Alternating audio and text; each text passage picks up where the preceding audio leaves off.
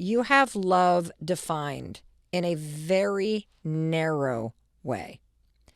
And when you define love in a very narrow way, you limit your ability to experience it and to express it.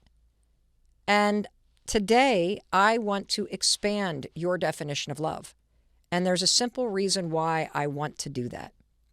Because if you are able to embrace a more expansive experience of love in your life, you will feel it more. And in my opinion, that's why we're here. You and I are here on this planet, living this life, because we are meant to give and receive love. You are meant to experience it. And it is all around you, just waiting for you to be open to how it shows up and to be open to giving it more freely. And I used to have a very, very narrow definition of love. And I'm going to get into what that was and how it's evolved and how that's changed my life. But first, I want to tell you the story of how I even came to sign off the podcast and sign off my newsletters and sign off my YouTube videos by saying, and in case nobody else tells you, I wanted to be sure to tell you that I love you and I believe in you, because I was inspired by somebody else. So in order to tell you the origin story of how I became inspired to tell you that I love you and that I believe in you, I got to take you all the way back to, 2013. I was at one of my very, very, very first ever speaking events. I mean, I was not getting paid. I was brand new to this whole motivational speaking world. And I had been asked to come down and speak at this huge women's conferences. And one of the main keynote speakers was a woman that I had never seen before. I had never heard her name, but I'm going to tell you something. After hearing her speak, I was never the same again. Her name is Linda Wayman, and she was giving a keynote address to about 12,000 women at the Pennsylvania Convention Center. Now, let me tell you a little bit about Linda. So Linda is a former special education teacher who was teaching in Philadelphia, and as she kind of grew through her career, she went from being a special education teacher up into, working in the superintendent's office and being an assistant superintendent. And there was this school in the district called Strawberry Mansion, and it was considered one of the most dangerous failing schools in the entire state of Pennsylvania. In fact, this school had gone through 4 principals in 4 years. Like, just wrap your brain around that. The school was so tough that a principal would come in, be there for a year, I'm out.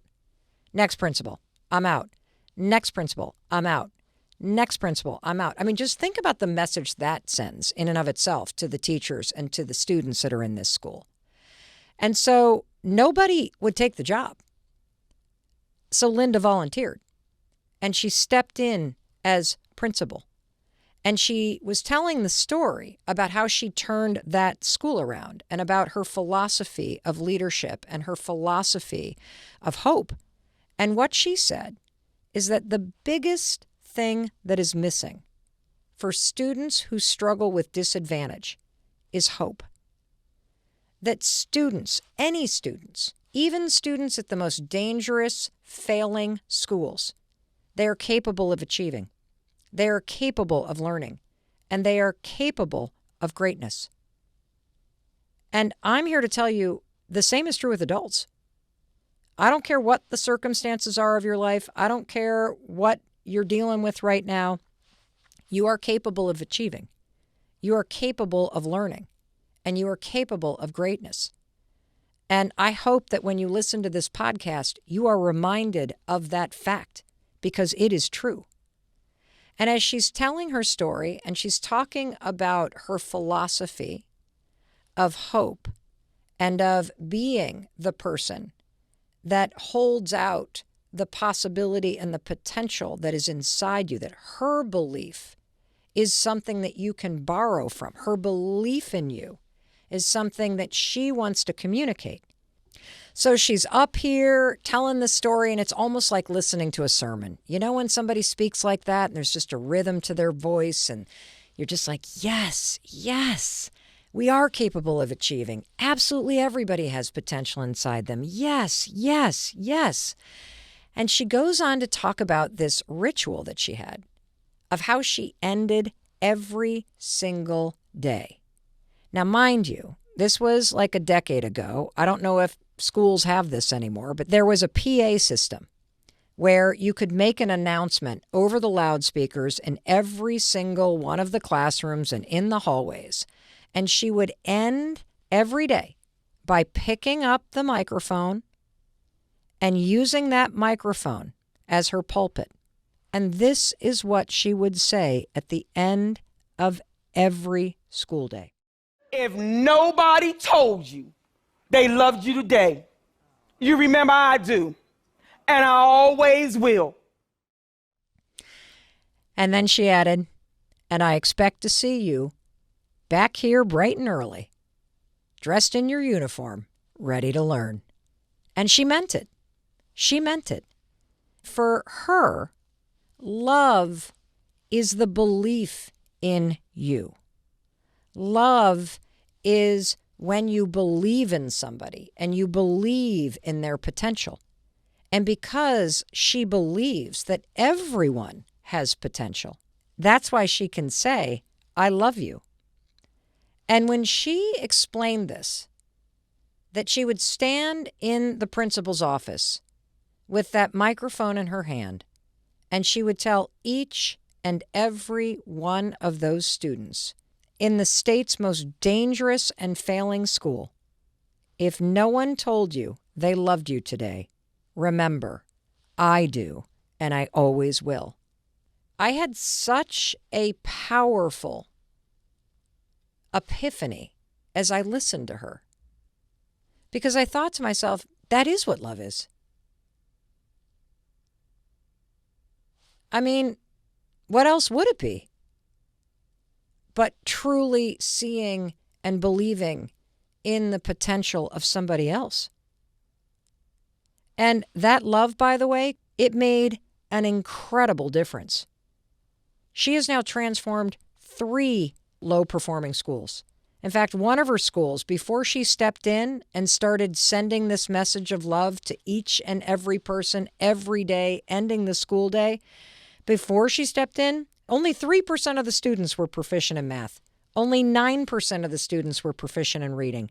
By the time she was done spreading this gospel of hope and of love and of potential and of belief in you, 94% of the seniors were accepted to college. So, as you might imagine, everybody on the planet wanted to know her secret. How did you do this? How did you turn around 3 bottom-of-the-barrel dangerous schools and literally tap into the potential of all these children?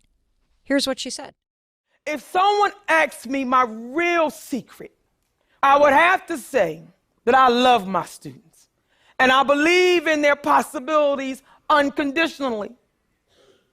When I look at them, I can only see what they can become. I'm telling you, that's powerful stuff right there. That is the secret. That's the secret, honestly, for every human being in terms of how do you connect more deeply? How do you unlock the potential in people? You have to love them. You have to believe in their possibilities unconditionally. You got to be able to look at somebody and say, I get it. It's really hard. I see what miserable circumstances you're dealing with. And you want to know what? I can see what you can become. I can see the greatness inside you. I can see that you are bigger than this moment. That is what she's saying when she says, I love you and I believe in you. And you know what else she's doing? She's tapping into extraordinarily important research that you need to know. So there is this study that was done by Harvard's National Scientific Council on the Developing Child. And here is the takeaway. And I think this goes way beyond just what children need. Every child who winds up doing well has had at least one stable and committed relationship with a supportive adult. And you hear that and you're like, well, that makes a lot of sense, doesn't it? Why?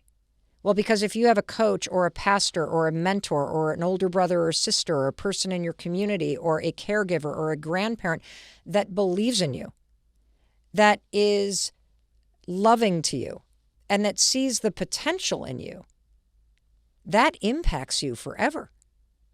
And when you don't have that, that can impact you forever. And if I extrapolate that to the work environment, the research bears the same thing. That the single biggest indicator that somebody is going to fail at a job or leave a job is the belief that nobody in a position of power at work believes in me. So why even bother? Each and every one of us comes alive when we feel loved and when we feel that somebody sees the possibility inside of us. Hearing her story, it just inspired me at such a deep level. And it made me start to question, why are we so stingy with love? Why are we not telling more people in our life that we love them? I mean, it feels so good, doesn't it, when somebody tells you? Is it amazing when you're in a situation where somebody tells you that they believe in you, that they know you're going to get through something, that they give you hope when you start beating yourself up? Of course it feels amazing. And you want to know the simple formula for experiencing anything in your life that you want to feel more of? Give it. I'm addressing one of the most controversial things I have ever said on the Mel Robbins podcast.